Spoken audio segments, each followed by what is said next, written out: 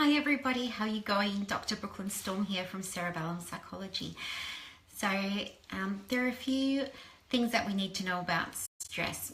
Stress can be, I guess, colloquially or quite loosely thought of about pressure that we put ourselves under really to try and achieve so many things during the course of the day. And I think we've all fallen prey to that at times, haven't we?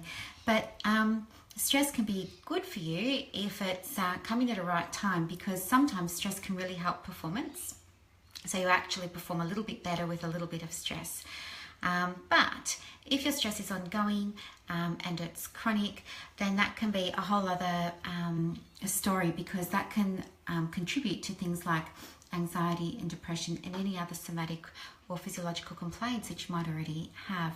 So some of the signs of stress that you might notice in others or you might notice in yourself, and of course it vary from person to person, but you might start to notice that a couple of things happen. Perhaps you're off your food, perhaps you've lost your appetite, or on the other hand, it's possible that perhaps you've noticed an increase in appetite.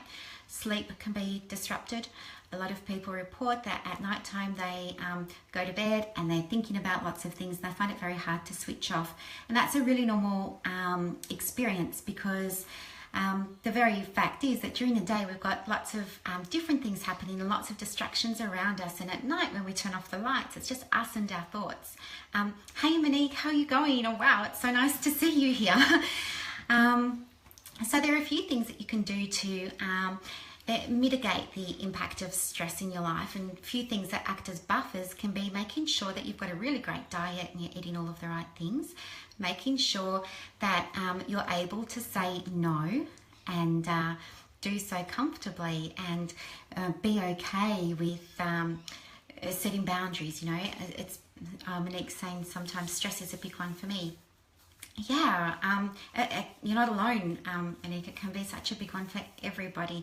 I know for me, I used to be wanting to please everybody all the time, so even if I was overloaded, I wouldn't say no. I would still take on everything, and I'd smile on the outside, but on the inside I was crying and I was thinking, how am I going to get this done? And I'd find a way, but I would become cranky and irritable and all sorts of things in the process. I struggled with the idea of putting boundaries in place, but when I started to do that, I think people around me were a bit confused by it, because they were used to me always being agreeable, but I was able to do it nicely and just say, I'd really love to be able to help you, but I just don't have the capacity to take that on at the moment. I might be able to help you out next week, but if you're needing it done sooner, you should probably talk to somebody else and see if they can help you first. So yeah, when I was doing that, people were a bit confused, but now they understand that my time is valuable, because they see I'm valuing my time.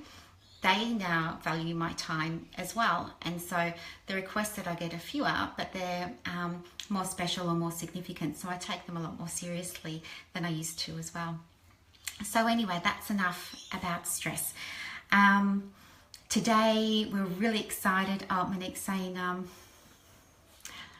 I've got to be everything for everyone: mum, wife, boss, clinician. I know, Monique, we wear so many hats. It's really hard, isn't it? You go to the practice and you've got one hat on, you go home, it's a different hat, you've got your mum hat, your partner hat. It's really hard just to find time in the day, for so many women especially, to get even 15 minutes just to have no hat and just relax and be themselves.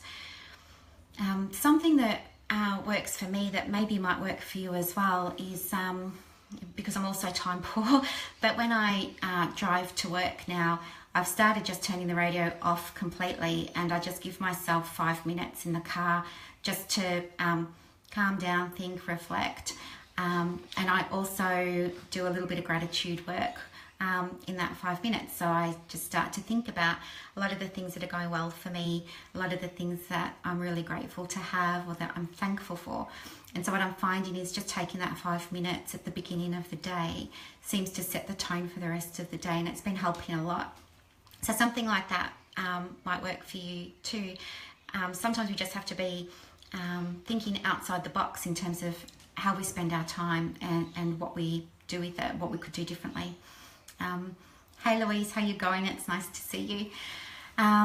Yeah, so today we're super excited because we're doing something really different, and at the practice we've launched 12 days of Christmas. So what we're doing is for every day for the next 12 days, we're going to pop up information about some of the services that some of the team offer, and some of them include like workshops or experiences. There's also more formalized services in there as well. So something special, and each thing lasts for about 24 hours, which is really cool. Hey Michael, nice to see you. Hey Barbara, how you going?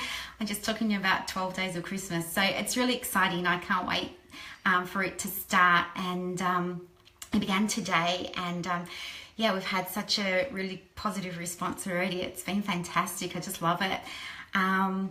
Anyway, apart from that, what's happening at the practice is Brad, our new clinical hypnotherapist, he started with us this week, so it's his first day at the clinic tomorrow. So he's in Frankston, so if anybody's wanting a hypnotherapy appointment, I'm sure he'd be able to accommodate you.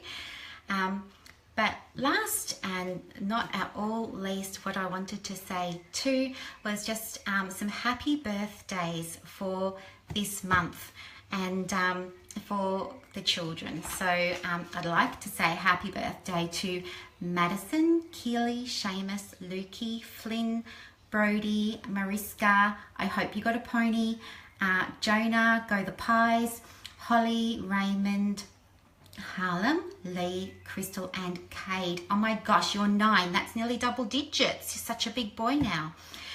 Anyway, I'm going to get going. I just wanted to say g'day. If you're in Frankston tomorrow, I'm at the clinic from 8 till 3, so feel free to pop in and say g'day. Hey Tina, how you going? It's nice to see you too.